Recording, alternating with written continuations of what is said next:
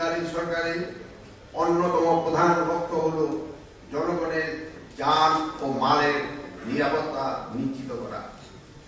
বেশিরভাগ ও তাদের দোষর দুষ্কৃতিকারী, নৈরাজ্য সৃষ্টিকারী এবং সন্ত্রাসীদের আইনের আওতায় এনে দৃষ্টান্তমূলক শাস্তি নিশ্চিত করা।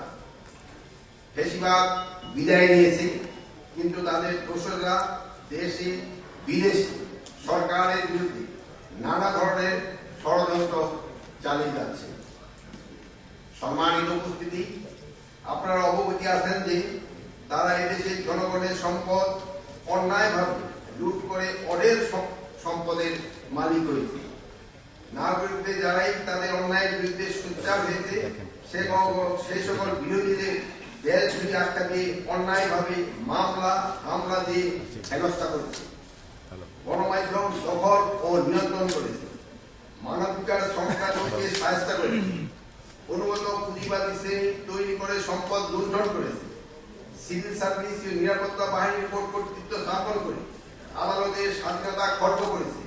বর্তমানে তারা তাদের অর্জিত অবৈধ সম্পদ ব্যবহার করে অপশক্তির সম্পৃক্ততায় নৈরাজ্য সৃষ্টির মাধ্যমে নিজেদের অবস্থান জানান দিচ্ছে। আপনারা জানেন যে জুলাই অগাস্ট হত্যাকাণ্ডের সাথে সরাসরি জড়িত সন্ত্রাসী, নরহত্যায় জড়িত বিশেষ হেলমেট বাহিনী, ফৌজদারি অপরাধে সম্পৃক্ত ফ্যাসিস্ট ও তাদের দূষররা অর্থ পাচারকারী, লুণ্ঠনকারী, ষড়যন্ত্রকারী, দুষ্কৃতিকারী, রাষ্ট্রদ্রোহী, দুদকের মামলায় আসামিদের আইনের আওতায় আনার জন্য সরকার কাজ করে যাচ্ছে। সরকারের পুলিশ বাহিনী, র্যাপিড অ্যাকশন ব্যাটালিয়ন, সশস্ত্র বাহিনীর সদস্যরা আইনি প্রক্রিয়ায় এই সকল অপরাধীকে উল্লেখযোগ্য পরিমাণ গ্রেপ্তার করেছে। এই প্রক্রিয়া অব্যাহত রয়েছে। সারা দেশে অস্থিরতা সৃষ্টির অপতৎপরতা তাদের সহযোগীদের আইনের আওতায় আনার লক্ষ্যে স্বরাষ্ট্র মন্ত্রণালয়ের আওতায় আইন শৃঙ্খলা রক্ষাকারী বাহিনী নিয়োজিত বাহিনী সমূহের সমন্বয়ে গত 8 ফেব্রুয়ারি 2025 তারিখ হতে অপারেশন ডেভিল হান্ট অভিযান শুরু হচ্ছে। স্বরাষ্ট্র মন্ত্রণালয় হতে সারা দেশে অভিযান সংশ্লিষ্টদের সামগ্রিক কার্যক্রম তদারকি করা হবে এবং স্বরাষ্ট্র মন্ত্রণালয়ের অধীনে স্থাপিত জয়েন্ট অপারেশন সেন্টারের মাধ্যমে অপারেশন ডেভিল হান্টের সার্বিক কার্যক্রম সমন্বয় করা এবং মেট্রোপলিটন এলাকায় মেট্রোপলিটন পুলিশ কমিশনার এবং জেলা পর্যায়ে বিজ্ঞ জেলা ম্যাজিস্ট্রেট এসপি এই অভিযান পরিচালনায় সমন্বয় করবে।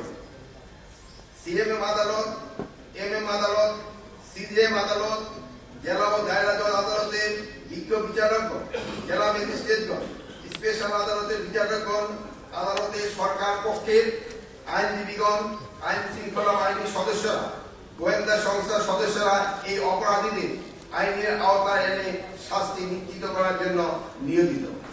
এছাড়া সরকার ঢাকা মেট্রোপলিটন এলাকায় 8 জন জুডিশিয়াল ম্যাজিস্ট্রেট পদায়ন করেছেন অপরাধীদের বিরুদ্ধে সামারি ট্রায়ালের জন্য। আপনারা দক্ষ এবং প্রশিক্ষিত সচেতন নাগরিক। আপনাদের দেশের জনগণ, সরকার এবং নিজ দায়িত্বের প্রতি জবাবদিহিতা, দায়বদ্ধতা এবং কমিটমেন্ট রয়েছে। সুশাসন প্রতিষ্ঠায় আপনাদের অত্যন্ত প্রয়োজনীয় ভূমিকা পালন করা দরকার। আমরা কোনো অপরাধীকে রাস্তায়, বাজারে, মাঠে, ময়দানে, রাজপথে দেখতে চাই না। প্রত্যেক অপরাধীকে আইনের আওতায় আনতে হবে, তাদের বিচার নিশ্চিত করতে হবে।